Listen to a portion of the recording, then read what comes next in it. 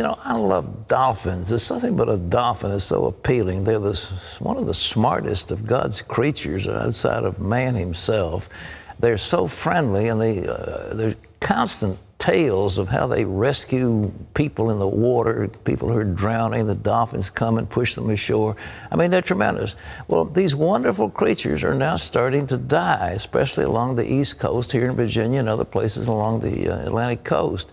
Hundreds of these wonderful animals are washing ashore, and marine biologists are scrambling to examine them. One thing they want to know: are humans in danger? Well, I don't think that's a problem, but I still worry about the dolphins. Mark Martin investigates. It's an ominous sight.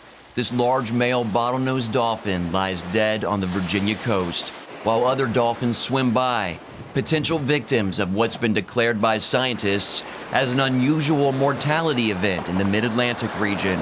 Since early July, strandings of bottlenose dolphins have jumped from New York to North Carolina. Let's get a picture of his teeth while he's here. They're really worn. In fact, for the months of July and August, these strandings were more than 9 times the historical average, reaching a total of 430 through September 2nd.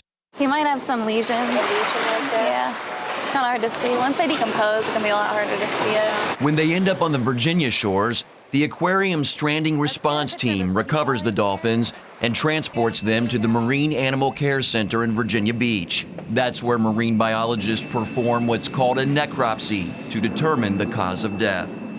To give you a better idea of the magnitude of the crisis here, on average in July of each year, the Virginia Stranding Response Team recovers around 6 to 7 dolphins.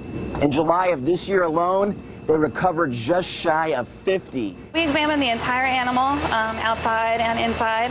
So we do an external exam to look for any signs of human interaction. But we also look inside to see if there are any unusual pathologies. One thing we've been seeing are oral lesions on the animal, so lesions around the mouth, and internally. The lungs seem to be an affected organ, lots of lesions in the lungs, although there's been some variability with what we see. We're taking a ton of samples. And these samples are shipped all over the country at different labs. Yep. Susan Barco is the research coordinator for the Virginia Aquarium and Marine Science Center.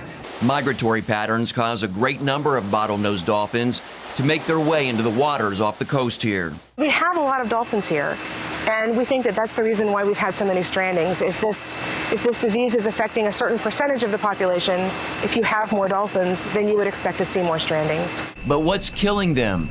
Barco says research shows it's the naturally occurring morbillivirus, which is related to the virus that causes the measles in humans. Once the morbillivirus gets into the coastal population, the animals are very social, and it's relatively easy for transmission to occur. Just when animals are near each other, one breathes out, another breathes in, when they have contact with each other.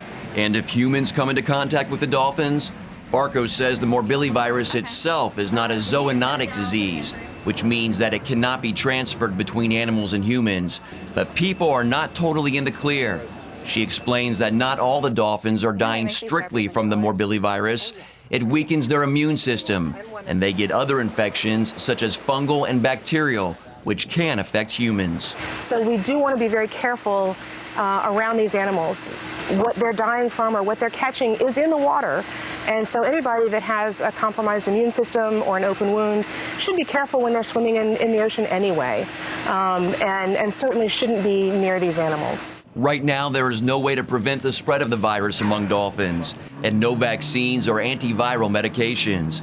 The last major die-off of this kind happened in the late 80s. That event in 1987-88 depleted the coastal migratory bottlenose dolphin subpopulations by half.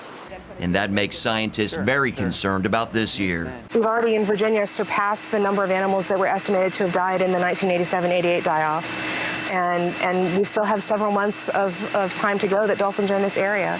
So understanding how these animals are affected by this mass die-off is really important. These are everyone's animals.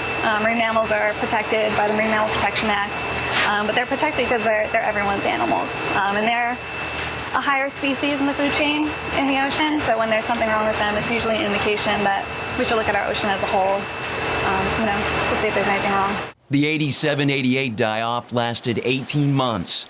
Scientists feared this event could last that long as well. Mark Martin, CBN News, Virginia Beach. Right. I'm just sad about that. I really like dolphins. Okay. Well, just watching them Oh, they're play so alongside sweet. Yeah, the but boats is they such a... have something so friendly, and Yes. the fact that they're so intelligent, they're fabulous creatures. Okay, well, the Lord will have to pray for the dolphins. Yes. All right.